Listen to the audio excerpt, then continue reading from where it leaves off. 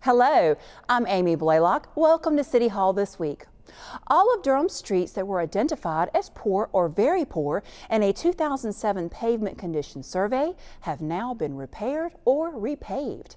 The City Council received a year-end status report during its December 17th meeting.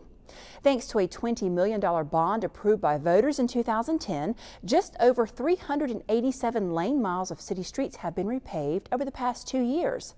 That brings the total to more than 588 lane miles of city streets that have been repaved since 2006. The effort to design a better bus service in Durham is well underway, and more changes are just around the corner. The first phase of changes associated with the Designing a Better Bus Service plan were implemented on September 29th. The goals of the plan are to get every bus service to run at 90% on time. It's up significantly from where it has been. It's about 61% on time.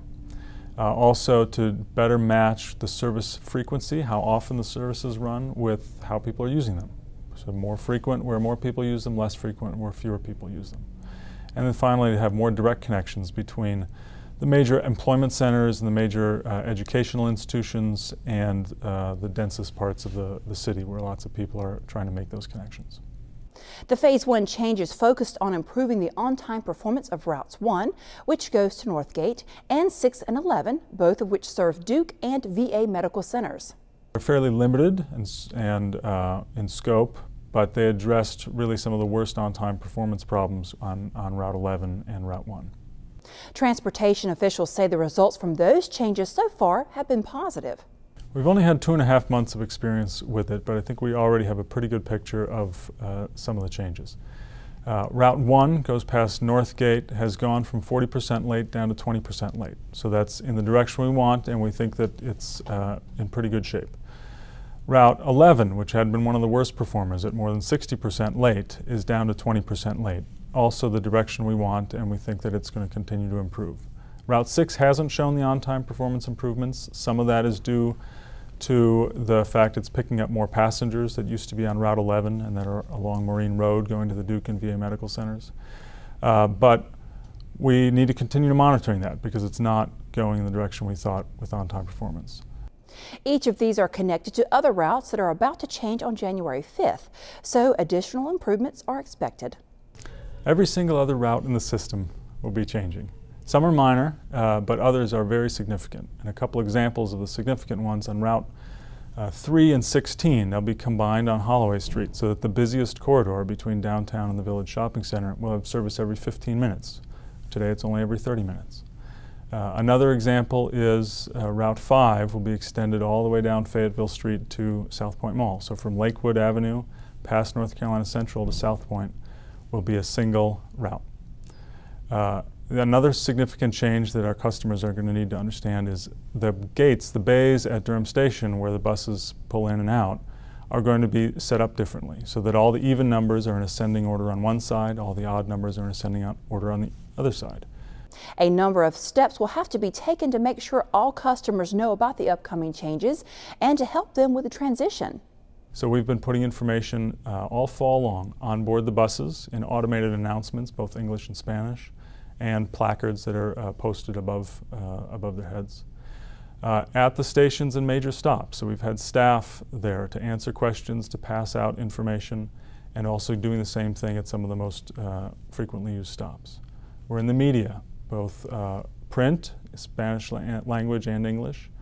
Inserts are also being placed in water bills as well. For more information about the Designing Better Bus Service plan, visit data.gotriangle.org. Significant infrastructure improvements are in the works for Old North Durham Park. The City Council approved a $737,000 contract for the project during its December 17th meeting. The improvements will address the stormwater and drainage problems within the park, as well as include the renovation of the existing athletic and multi-use field so it can be used during soccer festivals and tournaments. Durham's new Fire Station 9 is one step closer to becoming a reality.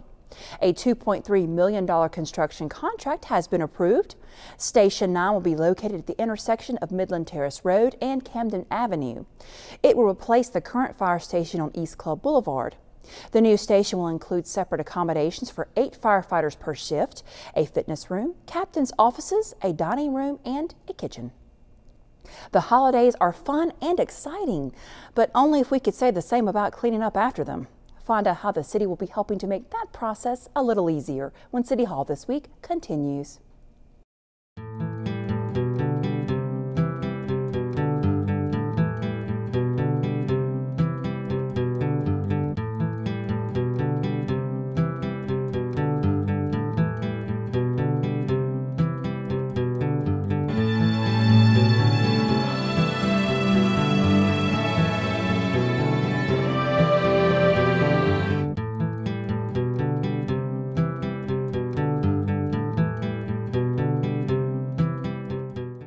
Happy Holidays from DTV8. Welcome back. Here's a reminder about the City of Durham's schedule for the Christmas holidays. Most city offices will be closed Monday, December 24th, Tuesday, December 25th, and Wednesday, December 26th. There'll be no solid waste collection on Tuesday, December 25th. Collection for all solid waste, recycling, yard waste, and bulky items will be delayed by 1 business day for the rest of the week. Bulky item and yard waste collection that would normally take place on Friday, December 28th will instead take place on Monday, December 31st. All parks and recreation centers will be closed from Monday, December 24th through Wednesday, December 26th. And on Tuesday, December 25th, Data and the Bull City Connector will not operate. For more information about these and other city closings, contact Durham One Call at 919-560-1200 or visit the city's website. And finally, the city is ready to help make cleaning up after Christmas a little easier. Christmas trees will be collected from Wednesday, January 2nd until Friday, March 1st. Trees should be placed at the curb by 7 a.m. on your normal garbage collection day, and they will be picked up within 1 week. Trees taller than 6 feet should be cut in half and all decorations removed. That does it for City Hall this week. Don't forget to like us on Facebook and follow us on Twitter. And of course, you can find us on demand on DTV8's webpage and on YouTube. On behalf of all of us at DTV8, we wish you and your family a safe and happy holiday. I'm Amy Blaylock. Thank you for joining us.